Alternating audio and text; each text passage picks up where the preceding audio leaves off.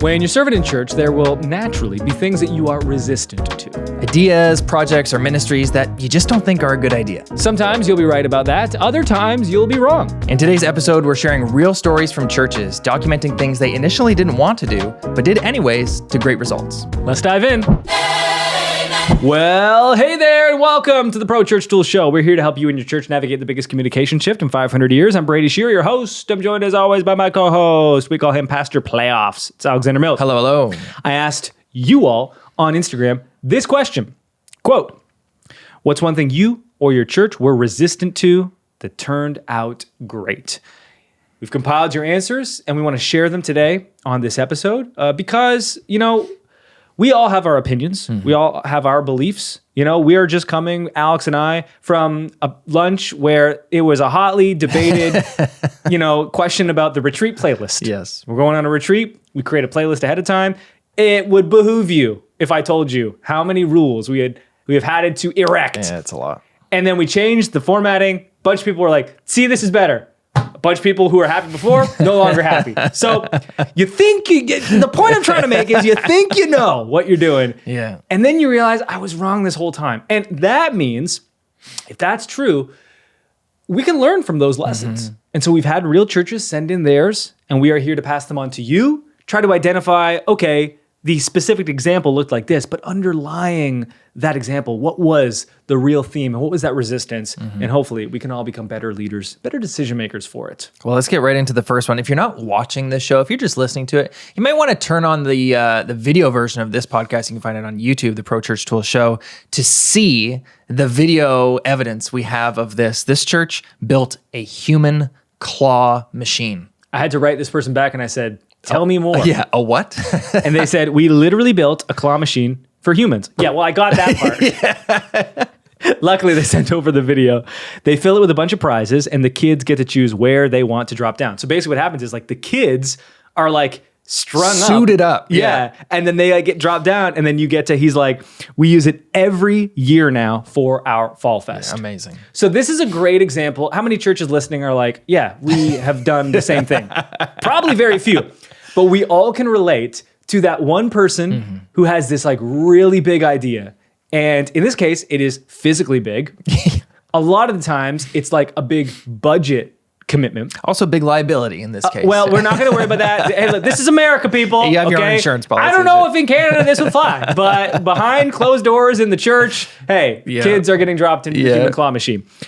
We've all had moments like this where we're like, this is a big swing. Mm-hmm. And what happens with big swings in baseball? Big strikeouts, right? There are those home run hitters, Kyle Schwarber, and he hits 50 home runs for the Philadelphia Phillies, and he strikes out 500 times. Yeah. And you're like, this guy's awesome. Mm-hmm. One or two things is going to happen. And when you're in that situation, high risk, high reward, understandably, people have a lot of resistance. Yeah. What happens when you swing big and you hit a grand slam? You end up using the machine in every fall festival going forward. Mm-hmm. And it becomes this memorable moment, not just this creative project that we did, but it has a legacy. Mm-hmm. It's your church becomes known for this. People are looking forward to it. It's novel. There's nothing like it. And so I think when we're evaluating big decisions like this, it's useful to do the thought exercise of, sure, we've all thought about what'll happen if we strike out. Mm-hmm. But what happens if we connect on this creative project? What happens if we hit the home run and it is the grand slam? Because I think by default, especially if you are a competent logic first leader, you're always going to be probably prejudiced towards the side of what happens when this doesn't work out. And an equally good thought exercise is to just envision, if this goes well, what could it mean? Because if you always play it safe, and as we're just going to extend this baseball analogy even more, if you don't have enough home run pop in your lineup, you just end up hitting a bunch of signals, but you keep losing games because you're just not really ever scoring that big run. I guess at the very least, it's a word to senior leaders like myself who lead with measured logic and are pretty conservative in the name of trying to make a safe decision for the community. But it's at the very least a word to us to say okay, when somebody who doesn't approach life in the same way, who does swing for the fences, when they come to you with an idea, at the very least, entertain it all the way through. Don't just shut it down immediately, but at least entertain it, talk it out, tease it out. And yeah, when the human claw machine comes across Facebook Marketplace in your area code, which I got to DM this guy and say, like, how did you, like, where did the idea come from? How did you secure one of these? I don't know. I need to know. But yeah, when the human claw machine or something comparable comes across your marketplace, you might want to at the least consider it. Yeah. Every amazing idea was probably at one point a sound stupid idea. Yes. This next one is not a sound stupid idea. This church just simply hired a full-time creative. So this person DM'd me in follow-up, said, a few years ago, my church had a department with 2 to 3 staff members in the creative department. And unfortunately, the leader of it was one of those creatives that just has to have everything their way and was not much of a team player. Eventually, this person quit. And rather than restaffing, the church dissolved the department and other ministries absorbed the responsibilities. This year, churches decided to start trying to rebuild this creative department slowly, and they have seen in those efforts the ministry turn into something that supports other ministries rather than hinder them and create tension points. This is also after, that was a separate part of the conversation. So, ending point there was the new creative department is supporting them and no longer creating tension points. So, what is the lesson here? Another challenging one to accept, I think. Just because something turned out negatively one time does not mean that is predictive for the next time. Yeah. We'll use a stock market. We have to get away from baseball because baseball is going to be evergreen for all of these, I think. Yeah. Hey, just because Yamamoto screwed us last time doesn't mean he has to. No, he did it again. Okay, great. So he did it again. That's an outlier. Yeah. So if the context here is we are Canadians, Blue Jays fans, and still wallowing in sorrow. Yes. And just hoping that, new players join our team that could give us a chance once again. So the stock market analogy here is if you've ever talked to like a financial rep, they'll say things like, hey, past gains or losses is not predictive of future performance. And the reason they always use that caveat is because humans have the tendency to look at how something went last time and guarantee in their mind, just commit. That's how it will perform again. And this is how like positive cycles work and negative cycles. So think about a person who just like always thinks things are going to work out. It's possible that they have fostered that very intentionally, or they, at a young age, were parented extremely well and given the worldview, the lens that like, hey, it's okay. You're competent. Things are going to work out. Keep on trying. We all know the other side, probably more familiar, which is that person who like, doesn't matter how things look, they're always kind of going to say, yeah, like this is going to go poorly. This is not going to go well. Oh my goodness, I've got a bad feeling about this. And so that can become this huge, like, contributing factor to the decisions that you make. And it's kind of interesting in both 1 and 2, we're talking about presuppositions that we bring to a decision that actually don't let us make a sober-minded decision. We're not looking at this objectively. We're looking at it through the lens of this is too risky in the previous case, or you know what? Things have gone negatively in the past. Yeah, we know how this plays out. Yeah. And like, it's really tricky, right? Because there's wisdom in life experience and knowing, hey, I've seen things that that have this pattern, that bear this likeness, and I think we should avoid it. On the other side, you don't want to let that become like this predictive outcome and self-fulfilling prophecy, let's say. Yeah, and we don't know enough about this story from this specific church, but we do know enough to say like this church deserves some credit for trying something that didn't go well the first time and taking another swing at it. We got to get away from baseball, but taking another swing at it and investing in that area of ministry again. And we don't know their whole story, and I don't know the story of every church listening, but I do know that to anyone listening to the show, there's probably something that's coming to mind about, my church or my team, or this happened last year and we're still kind of reeling from that, or we tried this and it didn't go well, but like the courage to identify that like either there's a need or a desire, and regardless of what happened last time we tried or all the reasons to not try, to give it another go, it really seems like it's working out for this church. So they deserve a lot of credit for taking another stab at it. And they did acknowledge like there was a period where they reset and tried something different. Presumably, when other departments were taking on the mantle of the creative department, they were like, okay, like this isn't really what we do great at. This is extra work for us. And then they said, all right, it's been long enough. what did we learn about what went wrong last time, and how do we take another swing at this, but do it in a better way? Yeah. All right, moving on. Number 3, shocking here to me, live streaming. Yeah. So this is actually a church that I visited in person a couple of years ago. They reached out and I said, oh, okay, like tell me more about live stream. So here's what they said. Our fear was mainly that this would lead to disengagement from our in-person congregation.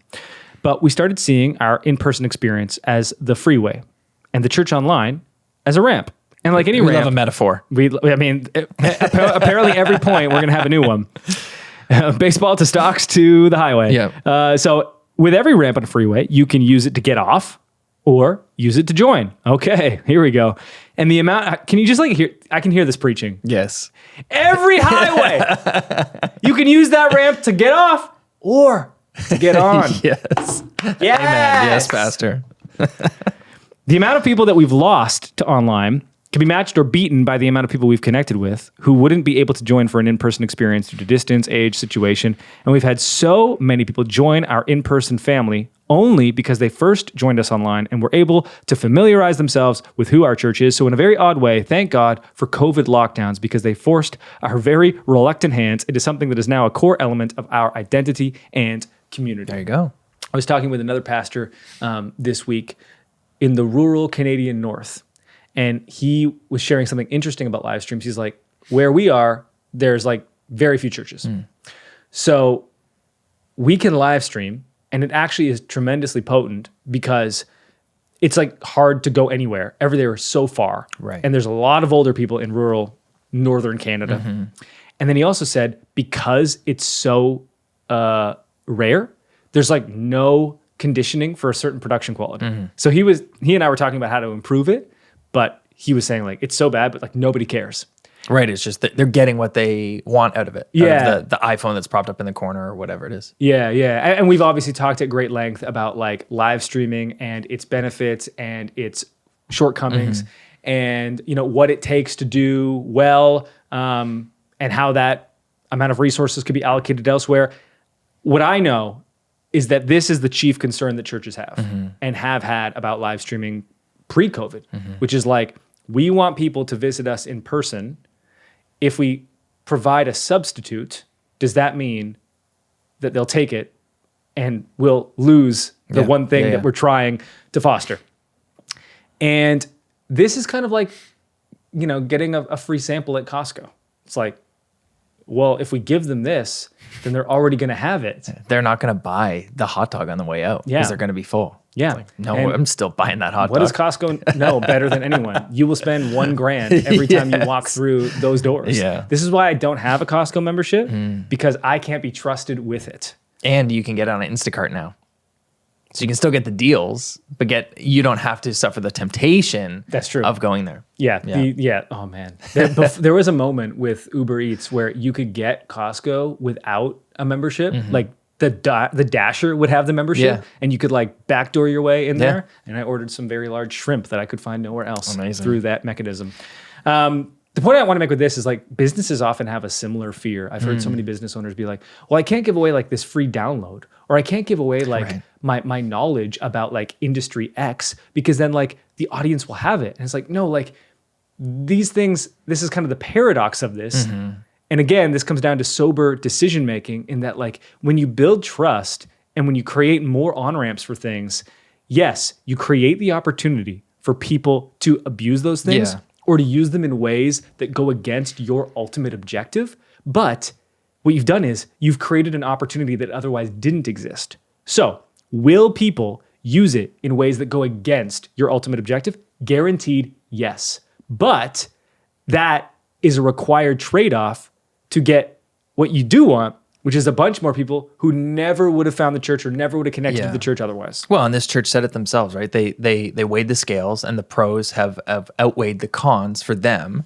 And the data also like bears witness to this. We've talked to Ryan Burge about online church viewership, and he says, look, the folks who are like regularly viewing online church, those are the folks who are also regularly attending in-person services. Those are like the super churchers. And there's a very small percentage of church-going folks who only attend online. And of those folks, it's probably serving them well. It's probably folks who are either like elderly or immobile, or folks who are working at a distance, deployed, possibly even on vacation. Although truthfully, when folks go on vacation, they're very likely not tuning into church.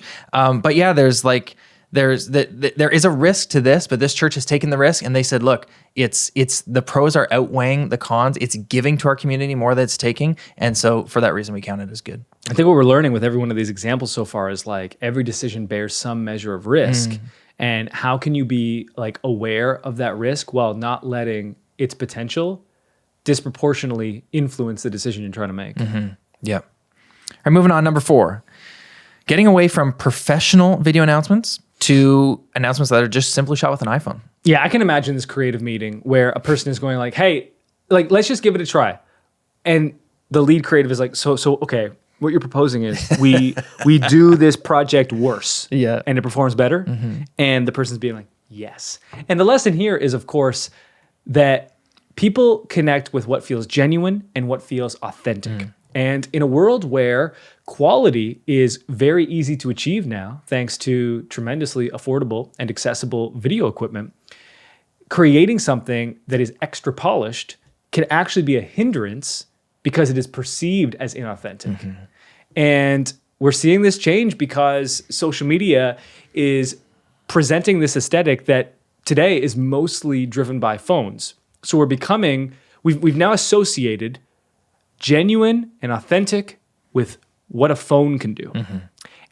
Inversely, like what that has done is created the opposite with the opposite aesthetic. Not because something that's polished by virtue of its look means it's inauthentic, but if the opposite is authentic, that must mean that the polished version is not. Yeah. And we've talked on this show before about the principle of the creative curveball. And I think that is another great reason to make a change like this. And it's a great methodology and principle to bring to these decisions. Because you might say, okay, why would we purposely do something that seems worse to achieve maybe something better, but like I'm just not convinced, right? The creative leader is just not convinced. And I'm imagining this like being like a month-long thing. Eventually, you're so disappointed with the performance of the high production announcements that you're like, all right, whatever, let's just try something different.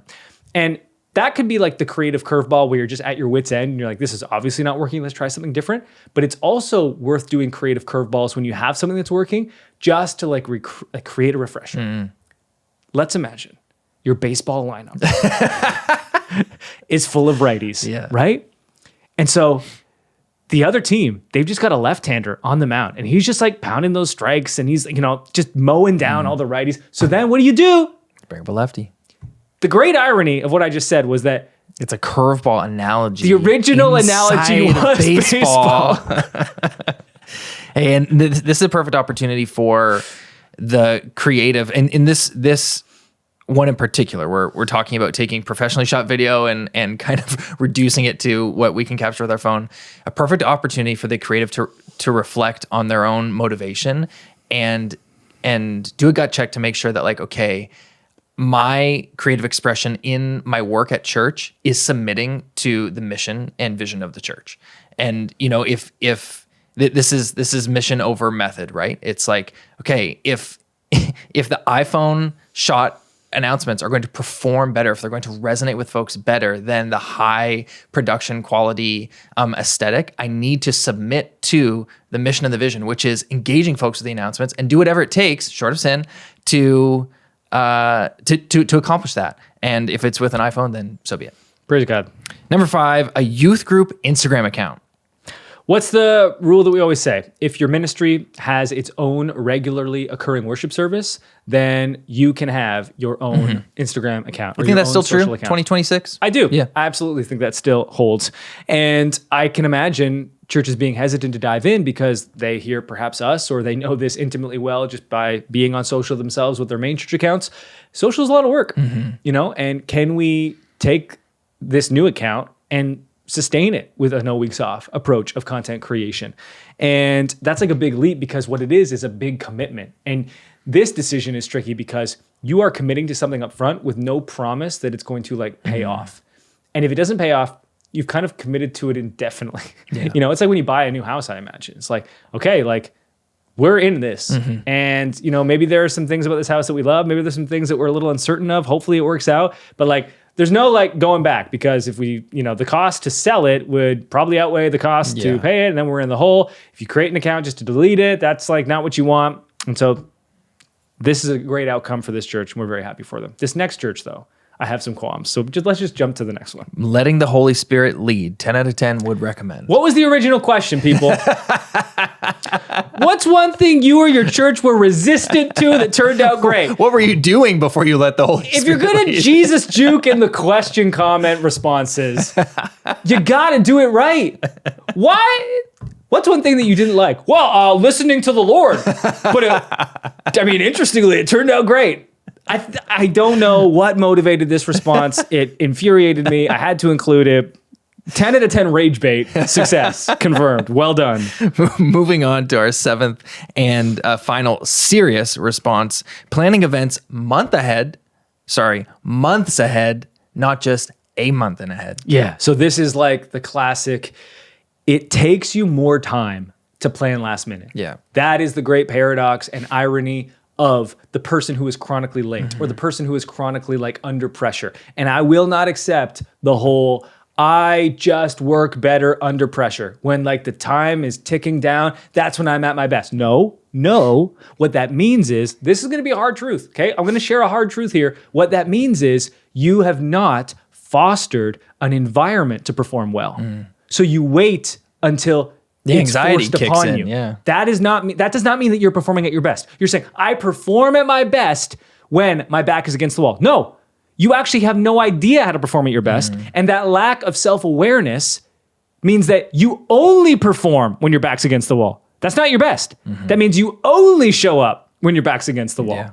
That's not what you want. You want to create an environment and learn, okay, how do we best plan and perform when we're not full of anxiety and like, you know what? Hey, I just have to do it. I have made every decision to avoid this, but at this point, I either get fired or I finish this project. And then you work well.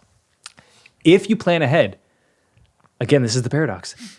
Yes, you plan farther ahead, but you'll actually do way less work in the long term. You'll be able to space it out better, and you'll actually be able to promote the event better. People will attend it more. It will be more effective. You have more greatly fulfilled the mission of your church, and you can be proud of yourself in the process. And for folks who are stuck in that loop of like waiting till the last minute to do your work, I don't know too many folks who are stuck in that loop who don't want to do something different. Like who wouldn't rather be organized further ahead than just waiting for the last moment. I don't know. They're pretty proud of it. Well, some are. I perform at my best. But for folks, maybe they just don't know how to like get out of that loop or that rhythm. You know, in my view, it just takes like a couple simple steps of installing some new systems. So for example, years ago when we started scheduling, when I took over worship at our church and we moved to Planning Center and we started scheduling volunteers through Planning Center, I didn't have a good system at the beginning for like how to plan out services, how and when to schedule volunteers. And so I just had to take some simple steps. And the first one was like, okay, I need to set calendar reminders for myself that recur every other month. Okay. One that shows up and says, send out your blockout requests. And then 1 week later, send out your schedules.